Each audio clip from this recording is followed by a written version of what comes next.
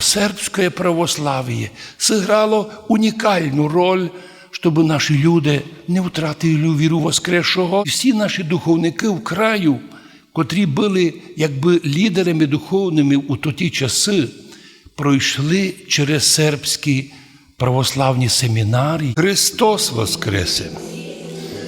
Нині Радониця, православний день поминовення усопших, в котрий ми вспоминаємо пасхальною радостю всіх тих людей, наших вірних братів і сестер, наших родителів, колег, які отійшли в вічний світ із вірою у воскресшого Господа.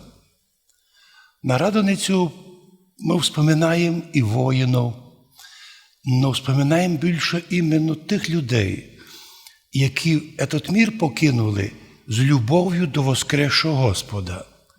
Точно так, як і Господь ішов назустріч Фомі, невіруючому, котрий проявив сумніння, но Бог терпеливно явився знову і явився йому, і дав йому можливість почувствувати всі ті аргументи істинності Воскресіння.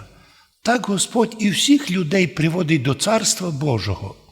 І ті люди, котрі десь були в світі, або вдома були збиті з толку, но не відказалися від воскресшого Господа, і за тих вспоминаємо: Господи, скільки наших людей потерпіло различні іспитання.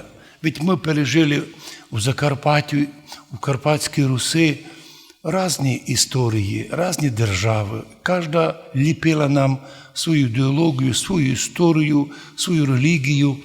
І ясно, що частинка людей завжди вірила. Одні вірили німцям, другі австрійцям, треті мадярам, четверті верлися на чехів.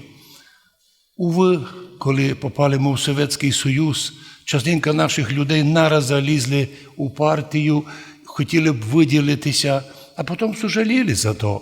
Но не відказавшись від Бога, но зробивши много кроків недобрих, а у тому померли, молимося і за них, Господи, збили їх із толку.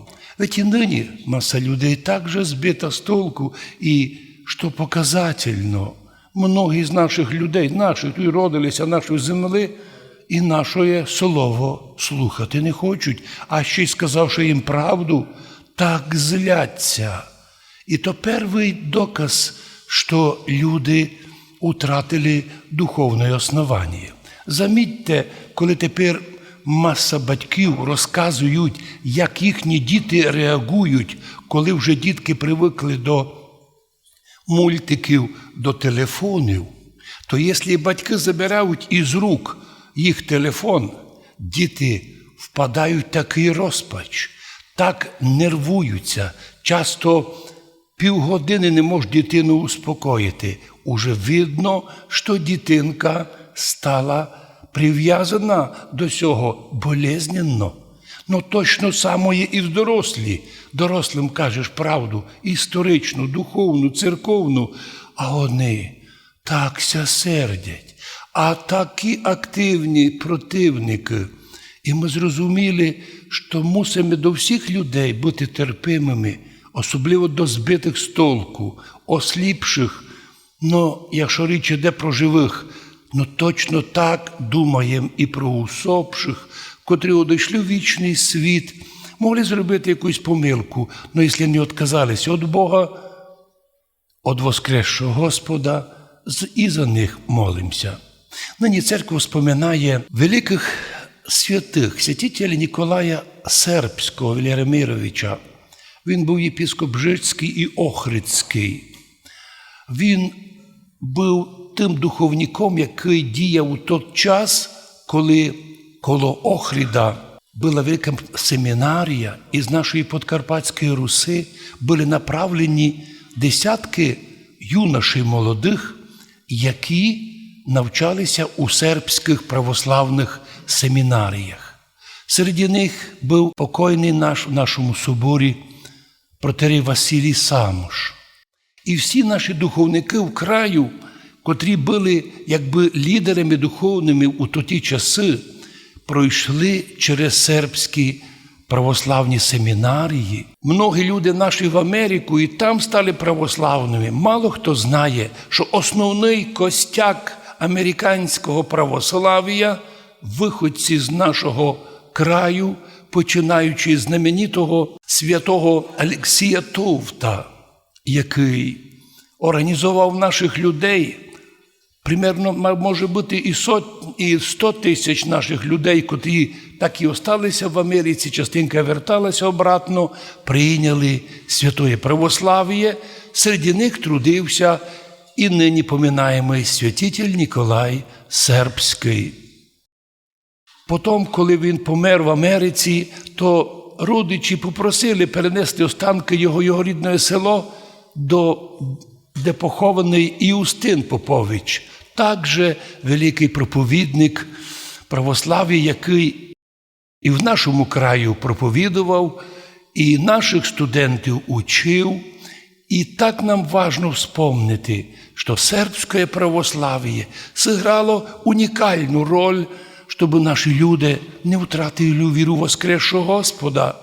Бо ведь, перебуває в Австро-Венгрії, вроді би формально може бути православним, но реально людей за віру переслідували. І Бог так дав, що наші люди вистояли. І нині більша частина людей нашому краю знають воскресшого Господа і вірять православно.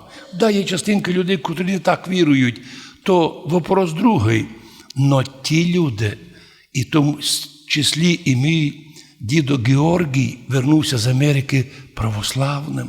Туди пішов формально, він був в селі була унія, але він вернувся оттуда, і маса людей у селі послідувало його рішенню.